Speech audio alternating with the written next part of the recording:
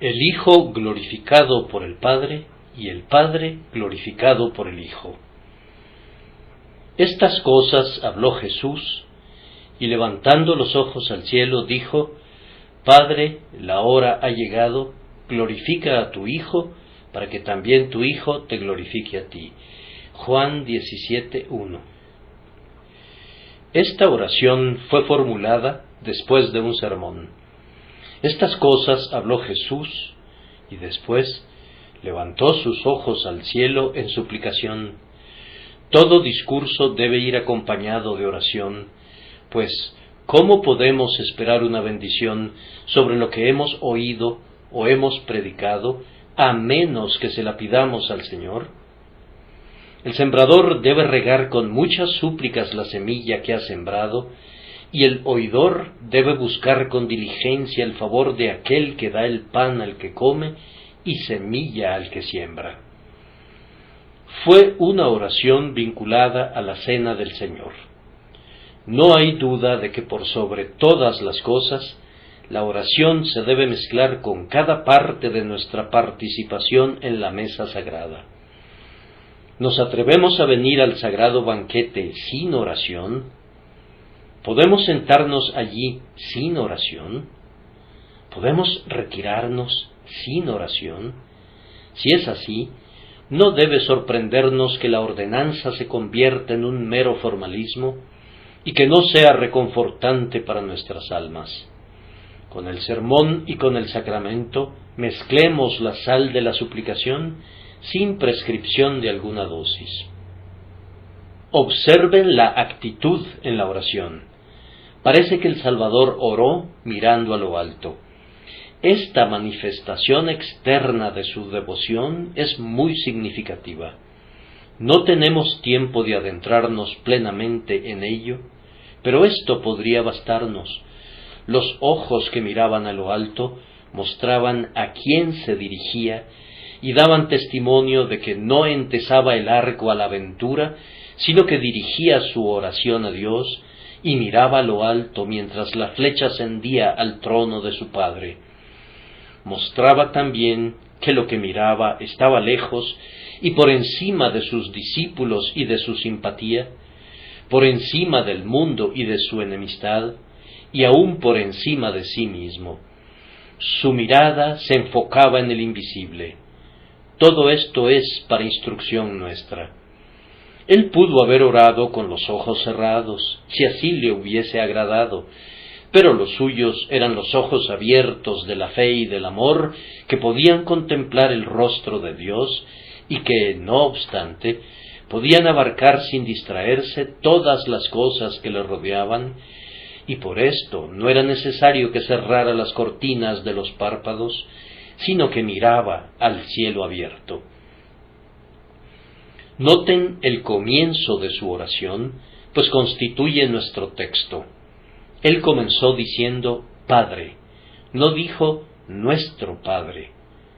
Padre nuestro es para nosotros, pues en la relación filial que tenemos somos muchos, pero Padre es para Él, pues Él es uno, y nosotros, en algunos sentidos, nunca podremos ser unos hijos como Él lo es. No nos corresponde entrar en la misteriosa doctrina de la eterna filiación, pero sabemos que es verdad.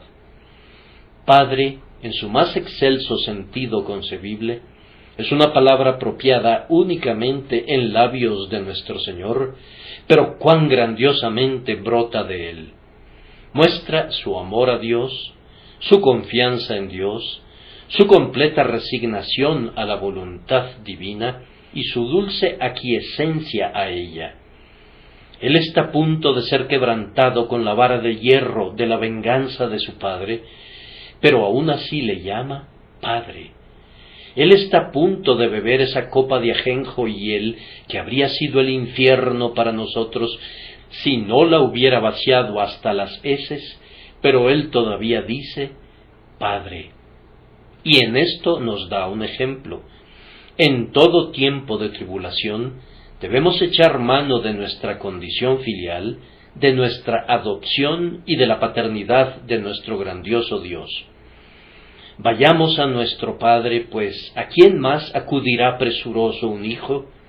¿A dónde más podríamos ir sino a nuestro Padre, que sabe de qué tenemos necesidad antes de que se lo pidamos, y que nunca abandonará a los suyos, sino que así como un padre se apiada de sus hijos, Él se apiadará de los que le temen? La oración misma, el hecho mismo de la oración nos muestra su humanidad. Jesús suplica, tiene que ser hombre, eleva sus ojos al cielo y clama, Padre, tiene que ser un hombre como nosotros, pero, en algunos sentidos, la oración indica la deidad que a duras penas oculta, así como en algunas estatuas que a menudo deben de haber contemplado con admiración, ¿a ustedes les parece ver el rostro de la figura a través del velo del mármol?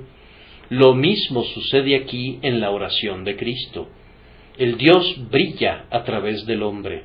Es una oración que sólo la puede ofrecer aquel que es tanto Dios como hombre. Ustedes se atreverían a decir, Padre, glorifícame, para que también yo te glorifique. Sería una expresión presuntuosa si fuera pronunciada por los labios de una criatura. Sólo quien no estimó el ser igual a Dios como cosa a que aferrarse, sino que se despojó a sí mismo, puede orar así.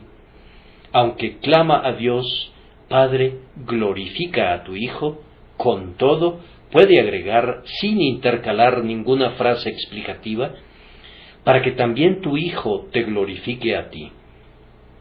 Él es capaz de devolver toda la gloria que Dios pueda darle, y tiene tanto poder para magnificar el nombre del Padre, como el Padre puede magnificar su nombre. En esto veo la humanidad, pero admiro y adoro a la deidad de nuestro bendito Señor.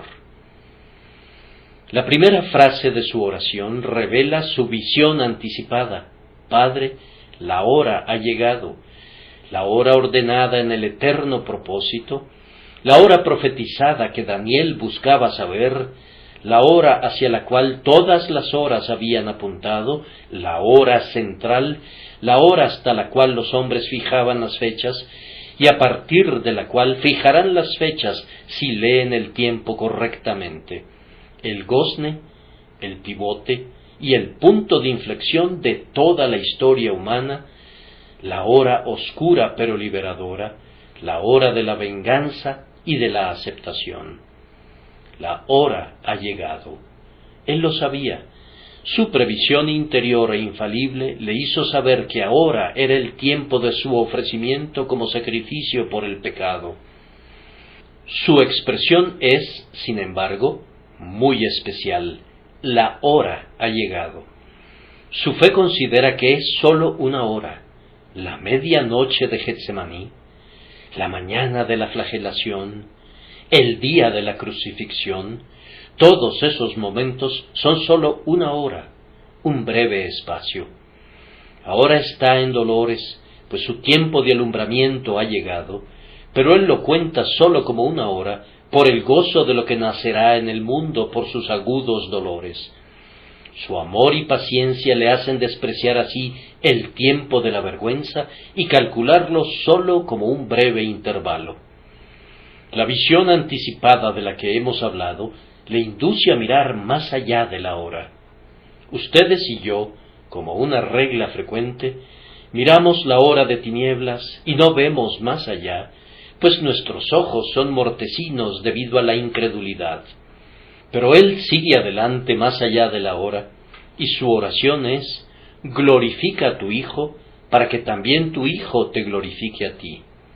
Él fija su mirada en la gloria que habría de ser revelada, y por ese gozo cuenta incluso su muerte como sólo una hora, considerando que pronto habrá pasado y quedará perdida en la gloria de su Padre. En todo esto, hermanos, hemos de imitar a nuestro Señor, y hemos de mantener nuestros ojos no en el presente, sino en lo que sigue, no en esta ligera aflicción que es sólo momentánea, sino en un cada vez más excelente y eterno peso de gloria que provendrá de todo eso. Y siempre que llegue nuestra hora de tinieblas, Hemos de recurrir a nuestro Dios en secreto. La mejor preparación para la peor hora es la oración. El mejor remedio para un espíritu deprimido es la cercanía con Dios. En esto, entonces, sigamos a nuestro Maestro y que el Espíritu Santo nos ayude a hacerlo. Consideremos ahora las palabras esenciales de la oración. Son de dos clases y en ellas encontramos, primero, una petición personal: Padre, glorifica a tu Hijo. Y, en segundo lugar, el motivo de esa petición, para que también tu Hijo te glorifique a ti. Comencemos entonces con la petición personal, y yo los invito a que la observen como una petición respondida. 1800 años y pico han transcurrido desde que esas divinas palabras brotaron de los labios de nuestro bendito Maestro, y han sido respondidas, y están siendo todavía respondidas. No las consideraremos desde el punto de vista de los apóstoles, sino desde el nuestro, y vamos a considerarlas como una oración que ha sido concedida. Y, en primer lugar, fue respondida en y durante sus sufrimientos. Algunos de los primeros padres limitaron el sentido de estas palabras a la pasión de nuestro Señor, y me agradan sus fuertes expresiones cuando dicen que su cruz fue su trono, y que Getsemaní fue tan glorioso como el monte de los olivos, si no es que más, pues la gloria de la cruz sería un maravilloso tema si el ser humano tuviera suficientemente palabras para explayarse en ella. Hablamos de ignominia, sin duda sufrió la muerte de un criminal. Hablamos de vergüenza, sin duda la escupieron y se burlaron de él. Hablamos de debilidad, sin duda durmió en un sepulcro, pero en su ignominia, vergüenza y debilidad, Jesús es sumamente honorable, adorable y fuerte. La fe ve un esplendor moral y espiritual que circunda a su Señor crucificado, que eclipsa a todas las glorias previas de su trono eterno. Yo no voy a reducir de esa manera el sentido de las palabras, pero con todo, ese sentido debe ser incluido. El Hijo de Dios fue glorificado mientras se moría, y una parte de su gloria era que fuera capaz de soportar el enorme peso de la culpa humana. Como raza, nosotros estábamos aplastados por ese peso. 1000 Sansones no hubieran podido mitigarlo. Ángeles y arcángeles, querubines y serafines no hubieran podido levantar esa masa estupenda. Pero este hombre solo, sin ayuda, en debilidad de cuerpo y en dolores de muerte, cargó con el enorme peso de la culpa humana. El castigo de nuestra paz fue sobre él. Dios puso sobre él la iniquidad de todos nosotros. ¡Cuán grande carga era esa! Y que pudiera sostenerla fue ciertamente una demostración de su gloria. Los perdidos en el infierno no pueden soportar la ira de Dios. Una eternidad de sufrimiento no habría exonerado el terrible castigo, y sin embargo, Él cargó con ese peso en una hora.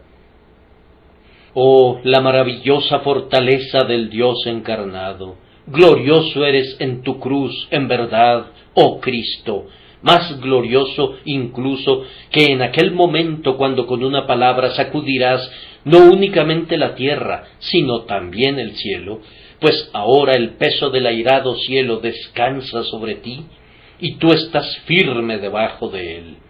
Glorifíquenle, amados, ustedes por quienes él aguantó ese peso, glorifíquenle porque fue capaz de sostenerlo. Él fue glorificado también en la manera en que lo cargó, en que lo sostuvo sin rehusarlo o rehuirlo. No hubo ninguna culpa o engaño en él, aunque fue interrogado una y otra vez ante Caifás y Herodes y Pilato. No hubo enfurecidas frases cuando querían intimidarlo, ni cuando le abofetearon, y le vendaron, y le escupieron. Él no demostró otra cosa ¡Qué gentileza! Aun cuando sus enemigos habían perforado sus manos y sus pies, nada sino una compasión triunfante y un amor todopoderoso, aun cuando se burlaban de sus agonías. No podían hacer que se enojara a pesar de todos los ultrajes, ni cuando gritaban: «Si es el Rey de Israel, descienda ahora de la cruz y creeremos en él». Sin embargo, él no desprendió una mano del cruel madero para golpear a los escarnecedores, ni intentó liberar su pie del clavo para dar un puntapié a los blasfemos. Cuando piensan en sus agonías físicas, en su tortura mental, en su tiniebla espiritual, cuando consideran que todos los poderes de la tierra y del infierno se soltaron contra él, y cuando, lo que fue peor, recuerdan que el rostro del Padre se había ocultado para él al punto que llegó a clamar: «¿Por qué me has desamparado?», y no obstante, cuando consideran que una vez que nuestro adalid comenzó la obra redentora, la completó y nunca retiró su mano del pacto que había hecho, ni se acobardó bajo los golpes que soportó, yo digo que fue glorioso en su pasión y que su petición fue oída. El Padre glorificó en efecto a su Hijo, incluso en el madero. Aquella fue una hora de gloria que podría deslumbrar los ojos de los ángeles, la hora cuando dijo: «Consumado es», y entregó el Espíritu. Pues ¿qué había consumado entonces? Él había consumado lo que ha salvado a su pueblo, lo que ha poblado al cielo con espíritus inmortales que se deleitarán en él para siempre, y lo que ha sacudido las puertas del infierno. Dios, en efecto, glorificó a su Hijo, capacitándolo para cargar, y para cargar también, todo el peso del pecado y de la culpa que le correspondía. Amados, y ahora vemos que Dios glorificó a su Hijo en su muerte, porque muriendo salvó a su pueblo. Yo no creo ni por un instante que el resultado de la muerte de Cristo fuera incierto en algún momento, o que pudiera serlo. Lo que Él pretendía hacer se hará, y ha sido hecho hasta la última jota y tilde hasta este momento. Su gran propósito era la redención de sus escogidos. Cristo amó a la Iglesia y se entregó a sí mismo por ella. Se dice que los miembros de un cierto grupo cantan: «Él nos ha redimido de entre los hombres». Ahora bien, cuando Él murió, no hizo que la redención de su pueblo fuera posible, sino que los rescató completamente. Por sus agonías y muerte, no simplemente ofreció una desnuda esperanza de un perdón del pecado, sino que arrojó el pecado de sus elegidos en las profundidades del mar en ese mismísimo instante. No hizo que la salvación de los hombres fuera una posibilidad si ellos querían, sino que salvó a su pueblo de inmediato y completó la obra que vino a realizar, en prueba de lo cual está escrito que Cristo, habiendo ofrecido una vez para siempre un solo sacrificio por los pecados, se ha sentado a la diestra de Dios, y no se habría sentado allí si su obra no hubiera sido consumada. De acuerdo a las palabras del profeta, terminó la prevaricación, puso fin al pecado y trajo la justicia perdurable, pues ofreció una expiación eficaz que nadie puede contradecir.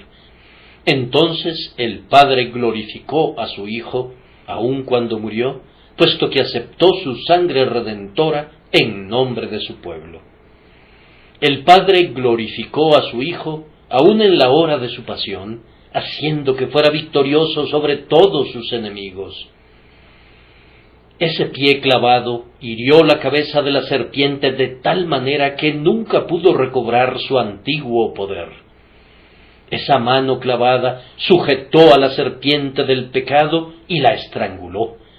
Y esa cabeza moribunda, al inclinarse, mató a la muerte con su propia espada, así como David mató a Goliat, pues muriendo mató a la muerte. Los poderes del mal eran tremendos. Piensen en el pecado, en Satanás y en la muerte, pero todas sus huestes coaligadas fueron derrotadas en esa batalla campal de la que la cruz era el pendón y el Redentor moribundo el adalid. Oh glorioso Señor, tú has conducido cautiva a la cautividad, haciendo abiertamente un show de tus adversarios aún en tu cruz, y clavando en lo alto del maldito madero el manuscrito de las ordenanzas que había en contra nuestra. Sí, el Padre te glorificó incluso allí, mientras tú estabas en las agonías de la muerte. Junto a esto, aún en su muerte hubo algunos signos externos de la gloria de Cristo que difícilmente podemos detenernos a mencionar. ¿No rasgó su velo el templo? ¿No ocultó su rostro el sol? ¿No se abrieron las rocas y los muertos resucitaron? ¿No temblaba toda Jerusalén y no clamó el centurión, verdaderamente este era Hijo de Dios? Sí, el Padre glorificó a su Hijo, aun cuando quiso herirle y someterlo a congoja. Con una mano hería y con la otra glorificaba. Había un poder para aplastar, pero había también un poder para sustentar la obra al mismo tiempo. El Padre glorificó a su Hijo. Y ahora, amados, ¿qué voy a decir respecto a que el Padre glorificó al Hijo después de su muerte y como resultado de ella? No voy a intentar extenderme, sino que simplemente voy a decir que la rasgadura del velo del templo en el momento de su muerte fue la glorificación de Cristo, pues hay ahora un camino al trono de Dios que anteriormente había estado cerrado, pero que ahora nos ha sido mostrado. Entonces, la abertura de su costado perforado fue otra glorificación suya, pues en este día la doble fuente es para los creyentes la eficaz limpieza tanto de la culpa como del poder del pecado. Y así el corazón traspasado del Salvador le glorificó en su poder para bendecir.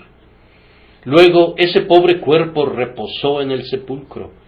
Lo llamo pobre porque lo parecía, envuelto en el lino y las especias.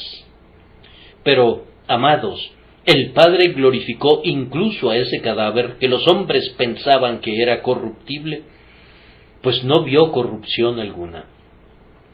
Durante los 3 días y noches, ningún gusano pudo acercarse a él, ni tampoco ningún rastro de corrupción. Ese envase de cristal en el que el rico ungüento del alma del Salvador había morado, no debía ser dañado. Él guarda todos sus huesos, ni uno de ellos será quebrantado. Embellecido por esas cicatrices, como cuando un talentoso artista embellece más una imagen con las marcas del cincel del escultor, ese cuerpo tenía que ser vigilado seguramente por ángeles custodios hasta que llegara la mañana. Apenas amanecía. Aún estaba saliendo el sol, y he aquí el propio sol de justicia se levantó. Así como un hombre se pone su ropa cuando se levanta de su lecho, así nuestro Señor se puso la vestimenta del cuerpo que había dejado a un lado, y vino otra vez al mundo, vivo en cuanto a su cuerpo y a su alma, un varón perfecto. Oh, fue una grandiosa glorificación de Cristo cuando el Padre le levantó de los muertos y sus discípulos le vieron una vez más. La muerte no tenía ataduras para retenerle. La guardia del sepulcro no pudo retener al prisionero sin igual. Su oración fue oída, pues fue declarado glorioso por la resurrección de los muertos. Y en poco tiempo, cuando sólo habían transcurrido unas cuantas semanas, llegó otra gloria, pues ascendió suavemente desde la ladera del Monte de los Olivos, flotando en el aire y apartándose del grupo de sus discípulos, y elevándose en medio de los ángeles hasta que una nube le recibió y le ocultó de ojos humanos. Trajeron su carruaje de lo alto para llevarlo a su trono, batieron sus triunfantes alas y clamaron: la obra gloriosa ha sido consumada. Su Padre le glorificó y ahora se sienta a la diestra de Dios. Palabras, ustedes son cosas mudas, ustedes no pueden expresar su gloria presente. La otra mañana, temprano, un hermano se acercó a mi lecho para despertarme, y su rostro parecía irradiar gozo mientras me decía: anoche, en mi sueño, me pareció ver al Señor en su trono, y la gloria que el Padre había depositado en él. Desearía quedarme dormido de nuevo para poder continuar soñando. Tenía lágrimas en sus ojos mientras me decía: ¡oh, la gloria de Cristo! ¡oh, la gloria de Cristo! Yo le recordé cómo Misericordia se reía en su sueño, y Cristiana le preguntó por qué lo hacía. Y cuando ella le narró su sueño, la matrona dijo que hacía bien en reírse si soñaba así. Dichosos son aquellos que, soñando o despiertos, viviendo o muriendo, pueden conseguir aunque sea una vislumbre de su gloria. Nada embeleza más a mi corazón que el pensamiento de que mi Señor está siendo glorificado. Oh, si yo pudiera por algún medio ayudar a honrarle, que pudiera ser la vasija de barro en la que se guarde su tesoro, o la trompeta con la que se proclame su nombre. Esa dicha me basta, y todos los que le aman sienten lo mismo. Ustedes se deleitan pensando cuán excelso es su trono, cuán refulgente es su semblante, y cuán resplandecientes son sus atrios. Tengan paciencia, pronto le verán, pues el Padre le glorificará en la segunda venida. Él se demora bastante, según creemos. Sin embargo, Él dijo: he aquí yo vengo pronto, y mi galardón conmigo.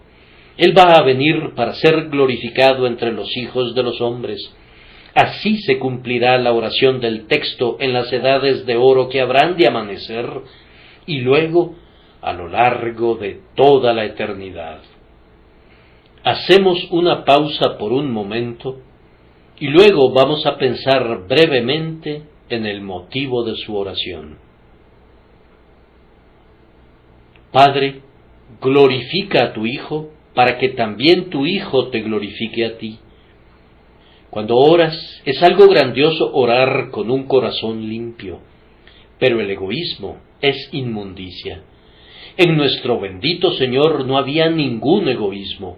Él dijo: yo no busco mi gloria, y aún en esta oración, esa palabra suya es verdadera, pues Él únicamente busca la gloria para glorificar al Padre. Amados, el deseo de nuestro Señor ha sido concedido, pues Dios es glorificado en Jesucristo más que de cualquier otra manera. La gloria de Dios en la naturaleza es inconcebible.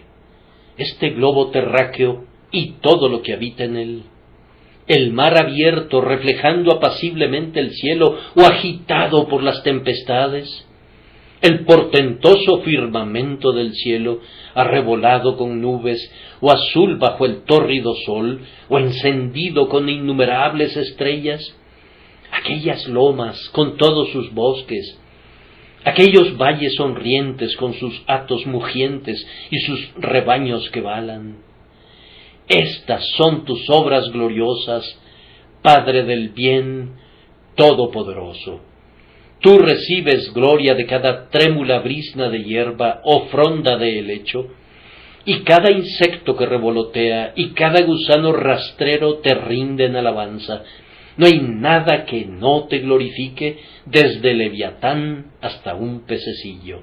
Con todo, toda la naturaleza en su conjunto no puede revelar todos tus gloriosos atributos. La divina fidelidad y la justicia y la verdad son escasamente manifiestas en la naturaleza, aunque se pueden ver algunos rastros de ellas. Pero en la faz de Jesús, que es la expresa imagen del Padre, Dios es glorificado a plenitud. Sobre todas las cosas, Dios es glorificado en la muerte de Cristo, pues allí son vistos todos los atributos de Dios. Allí estaba el poder que sustentó a Cristo debajo de su tarea más que hercúlea, el amor que entregó al favorito de su corazón para que muriera en lugar de unos traidores, la justicia que no quería y no podía perdonar el pecado sin la debida satisfacción, la verdad que había amenazado con castigar y que castigó, que había prometido proporcionar un Salvador y que en efecto lo hizo, la fidelidad para con el pacto, que guardó ese pacto a un costo tan terrible, la sabiduría que planeó la maravillosa forma de salvación por medio de un sustituto. Es más, déjenme juntar todo, la perfección, la santidad de Dios. Sí, todos sus atributos son vistos, cada uno igualmente magnificado en la muerte de Jesucristo. Él es glorioso y el Dios Trino es glorificado en él. Y ahora, amados, Dios es glorificado en la muerte de Cristo por el amor de todos aquellos a quienes Jesús salva, por el sagrado respeto reverencial y el temor filial de todos aquellos a los que Jesús lleva a los pies del Padre, por la ardiente y paciente devoción de todos los que se consagran de corazón y que sienten la sagrada llama del amor por Cristo que incendia sus almas. Allá arriba en el cielo, donde los seres vestidos de blanco nunca cesan de cantar, y aquí abajo, donde los mártires fueron quemados por amor a Dios, donde los confesores desafiaron a todos los adversarios para propagar por todas partes la gloria de su nombre, donde los humildes cristianos sufren con paciencia, o continúan laborando con diligencia, o caminan en santidad, el nombre del Padre es glorificado por medio de la pasión del Cristo de Dios. Teníamos que decir muchas cosas, pero el tiempo se nos agota y por tanto concluimos con estas 3 observaciones que queremos dejar en sus mentes. La primera es esta: el motivo de Cristo debe ser el nuestro. Cuando le pidan una bendición a Dios, pídansela para que puedan glorificar a Dios con ella. ¿Anhelan tener salud de nuevo? Asegúrense de que quieren gastarla para Él. ¿Desean algún progreso temporal? Deséenlo para promover su gloria. ¿Anhelan crecer en la gracia? Pidan eso para glorificarle. Si hay algo que se atrevan a desear y oran pidiéndolo, háganlo así. Padre, bendice a tu Hijo para que tu Hijo pueda, a cambio, bendecirte y servirte. Las oraciones que tienen un motivo así son limpias. Todas las demás contienen la mancha del ego. Que Dios les ayude a hacer todo para su gloria, a hablar para su gloria, a vivir para su gloria, a morir para su gloria, y luego resucitarán para vivir para siempre para su gloria. Dichoso, dichoso el varón cuya porción habrá de ser esa. Que este sea el impulso que los gobierne, que es el que motivaba a nuestro Señor. Enseguida, la teología de Cristo debe ser la nuestra. ¿Cuál es? Pues bien, primero, que Él ha de ser glorificado, y en segundo lugar, que el Padre ha de ser glorificado. El error algunas veces sopla en un sentido y otras veces en otro. Hace años la dificultad era llevar a los hombres a glorificar al Señor Jesús. Querían adorar a Dios, pero no al Cristo de Dios, y así llegó la gran lucha arriana y posteriormente las controversias socinianas, pues no querían glorificar a Cristo. Oh, en este punto yo no siento miedo por ustedes que han sido salvados por Él, Pero pareciera haber en nuestros días, en algunas mentes, un olvido del Padre. Se ama a Cristo, pues Él murió, pero muchos parecieran considerar que el Padre no tiene ninguna participación en la portentosa obra de la redención, si bien, amados, ellos son uno en nuestra salvación. Padre, Hijo y Espíritu están al unísono de acuerdo en nuestra redención, y sería en verdad fatal que pusiéramos a una persona de la Divina Trinidad sobre las otras dos. Todos los hombres deben honrar al Hijo así como honran al Padre, y deben honrar al Padre así como honran al Hijo. Si fuéramos a glorificar al Hijo y dejáramos de reverenciar y amar al Padre, eso sería traicionar el más íntimo deseo de Cristo. Por último, cada creyente ha de ver su seguridad. ¿Acaso no es una garantía sumamente maravillosa de la seguridad de todos y cada uno de aquellos por los que Cristo murió, que la gloria de Cristo y la gloria del Padre, puedo agregar la gloria del bendito Espíritu, están igualmente involucradas en la salvación del alma creyente? ¿Me atreveré a decirlo? Sería una mancha en la gloria eterna si alguna alma creyente se perdiera jamás. Entonces la verdad de Dios dejaría de ser segura, su fidelidad dejaría de ser firme y su amor dejaría de ser inmutable. Se podría dudar de su poder. Su mutabilidad quedaría demostrada. Pero, amados, eso no puede ser. Cristo no perderá una oveja de su rebaño, ni el Consolador perderá un espíritu en el que hubiera comenzado a morar. Entonces, confíen en esto. Permanezcan sin dudas o temores en Cristo, porque los montes se moverán y los collados temblarán, pero el pacto de su amor no se apartará de ustedes, dice el Señor, el que tiene misericordia de ustedes. Crean en el Señor Jesucristo, amados oyentes, y estos divinos privilegios serán suyos. Y así como acabo de orar ahora, así voy a orar de nuevo, pidiendo que estas cosas pertenezcan a toda alma presente en esta casa, sin ninguna excepción, por medio de la fe en Cristo Jesús, por la obra del Espíritu Santo. Amén.